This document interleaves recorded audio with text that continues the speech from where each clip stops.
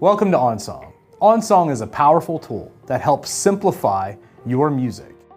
Let's jump right in. Here we have OnSong on the home screen, and I'm going to tap to open. One of the first things you'll see when you open OnSong is what's new. And for OnSong 2023, we've added a lot of new features. We're not going to get into any of that right now. Let's hit the close button and remind you later. In the upper left corner is the Songs button. We could tap on the Songs button to view our list of songs. Looks like we need to add a few songs to OnSong. Now this Songs menu lets us search for our songs as well as sort. And if we tap on the button in the lower right corner, we can add new songs. Now OnSong has a variety of ways for you to add songs.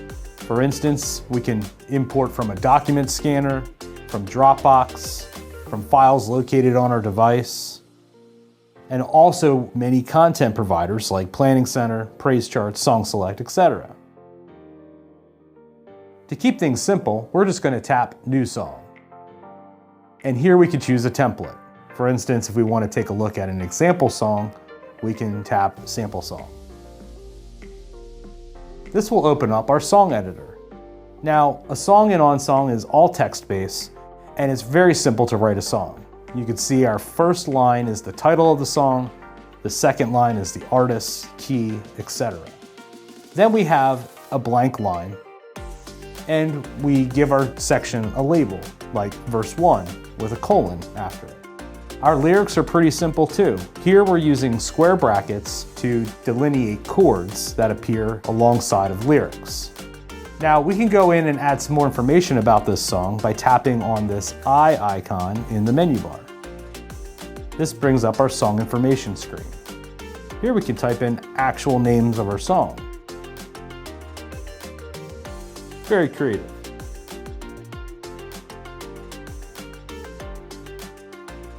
We can also set the key of the song, capo, tempo, time signature, and even subdivision if we want to use a click track.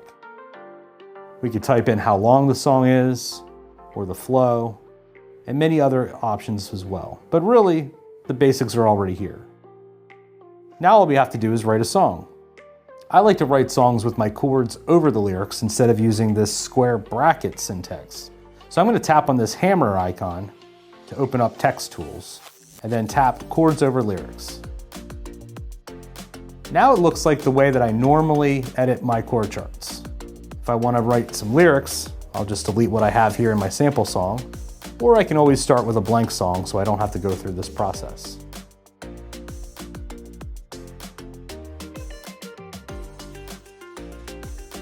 I know, lots of creativity flowing here today. Let me come over here and change some of the chords around. One important thing to remember is that the key that I have defined in the metadata up here at the top is the key that I should be writing the song in. And we'll go over how to transpose your song in just a bit. When I'm all done, I can tap the Done button. Now my new song appears in my song viewer. The song viewer takes up the majority of the screen, as I'd expect. Now, this looks great, but I want to make a couple of formatting changes. So to do that, I'm going to tap on this sliders icon in the menu bar. This opens up my Style Preferences menu. I have 3 tabs: Document, Format, and Chords. I'm going to tap on Format, and I want my chords to stand out a little bit more, because sometimes I lose them while I'm playing live. To do that, I'm going to tap on a highlight, and now my chords appear with a green highlight. I can also tap on this B icon to make them bold. And if I really wanted to go crazy, I can also assign different colors to that as well. But black works pretty good. Now one thing to keep in mind with these colors is that you can make your own. So for instance, you can slide over here to the right, hit the plus button, and create a brand new color. There, now I just made a teal color. I can also use these sliders up top to change the size of the lyrics or the chords. Or if I don't need information, I can just turn it off.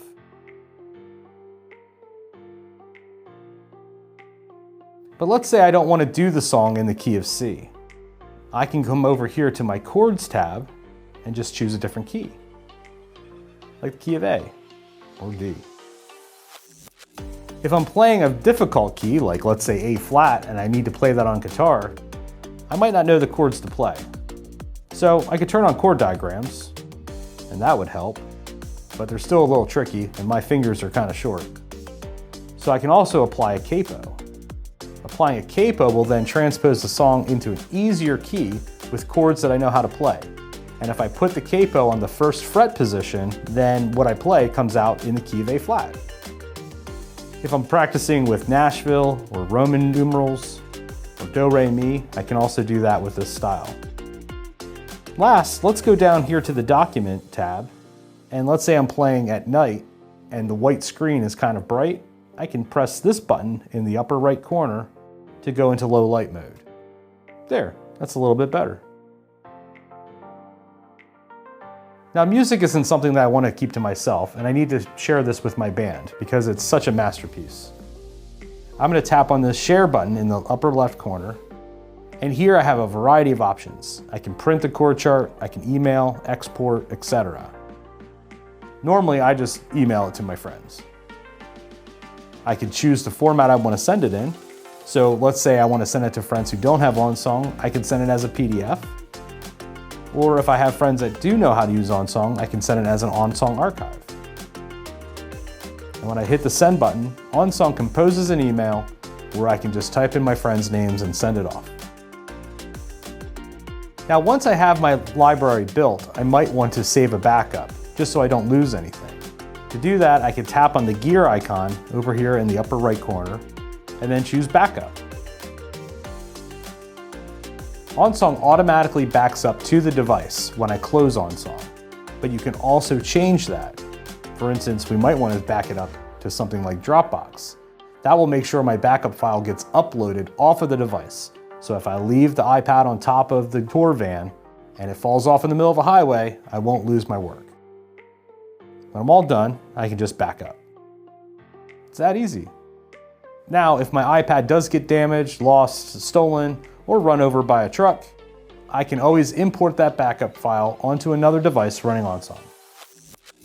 Now lastly, you might have questions, and we have answers. In fact, all through OnSong, we have contextual help. I'm going to open up that settings menu again, and you can see a question mark icon appears next to utilities. I can tap on that and view help. For instance, I can tap on the user manual button, and also we'll open up the utilities menu section of our user manual. But if you have any other questions, no problem. You can always reach out to us, and the best way to do that is by tapping on this support button here, and then contact us. Watch this quick video on all the tools you can use to contact us and send us information about your situation, and that will help us get back to you quickly with any answers. Well, I hope that gives you a really quick tour of OnSong, but OnSong is very powerful, so make sure you check out all the resources on our website. We have video tutorials, we have a user manual, our knowledge base, and again, you can always ask questions directly with OnSong support and we'd be happy to help you out.